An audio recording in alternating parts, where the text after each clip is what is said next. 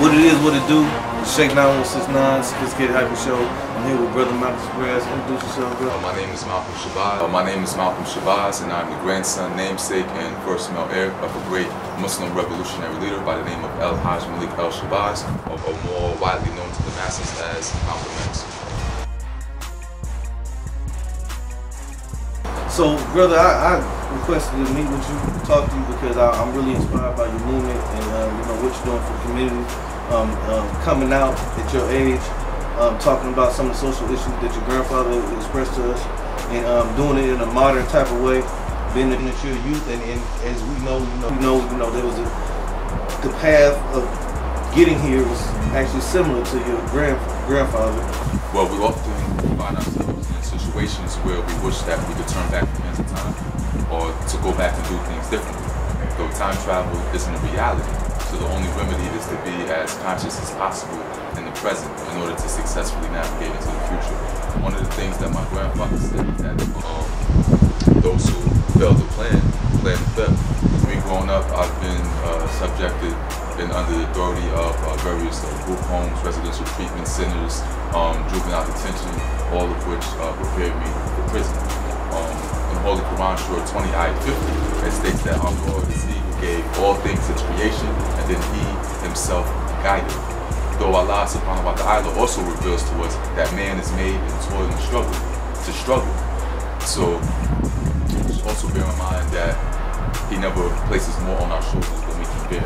And I say that to say that we should never regret or curse any particular situation or circumstance, but to realize that these obstacles that are placed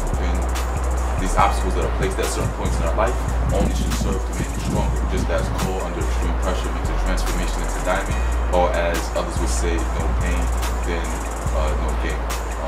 I openly identify with the struggle. I've been through the struggle, and I view the struggle as something beneficial towards my growth and development.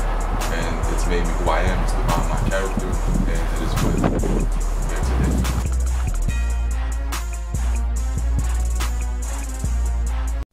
You made a decision to kind of speak out and be an educator.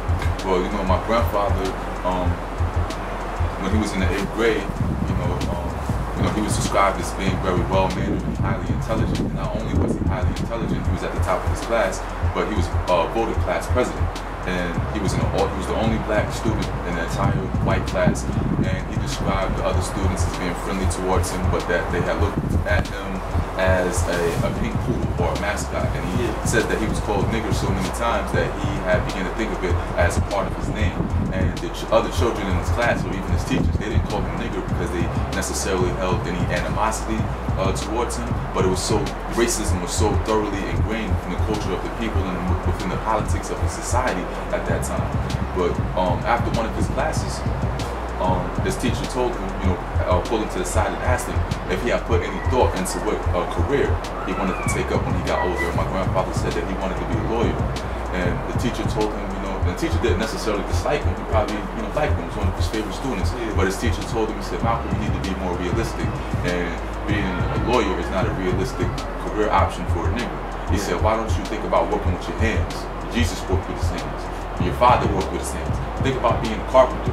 So it discouraged my grandfather, and my grandfather ended up dropping out of school right there in the 8th grade, which is interesting because he would go on to speak at universities such as Princeton, Harvard, Yale, Oxford, all over the world, Ivy League universities. He would engage in debates, and he would give lectures at these schools when he himself had never even went to high school.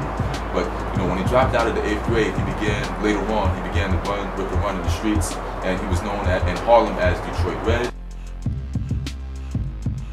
And at this point of his life, he was running numbers, which is an illegal lottery. He was smoking weed. He was sniffing cocaine and heroin. He was selling it as well.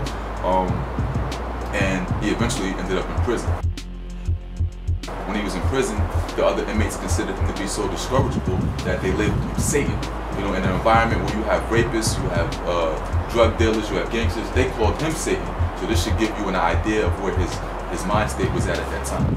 I mention these things because no matter what we go through in life, like I said before, we should never regret or curse these particular circumstances, because these obstacles only serve to make us stronger. When my grandfather was in the 8th grade, if his teacher would have told him, yeah, Malcolm, you can be all you can be whatever you put your mind to. And if he would have took that and he would have pursued his aspiration to become a lawyer, then maybe he would have, went on to be a lawyer. And maybe he would have been pretty good at it, maybe he would have been very successful, but there would have never been a Malcolm X. And if there was never have been a Malcolm X, then he would say where we would be at today as a people. When my grandfather was ripping and running the streets, and he was burglarizing homes, when he was living this criminal lifestyle, if he would have never lived that lifestyle, then there would have never been a Malcolm X. When he had went to prison and he was labeled as Satan, if he wouldn't have went through this period of his life, if he wouldn't have went through that phase, there would have never been a Malcolm X. And we needed him, and we need that spirit today.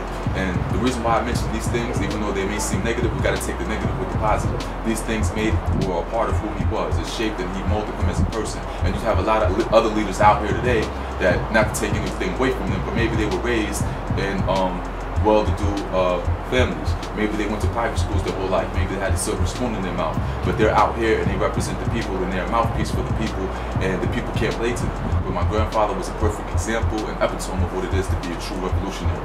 A true revolutionary being one who constantly strives to evolve and re-evolve into greater stages of maturity.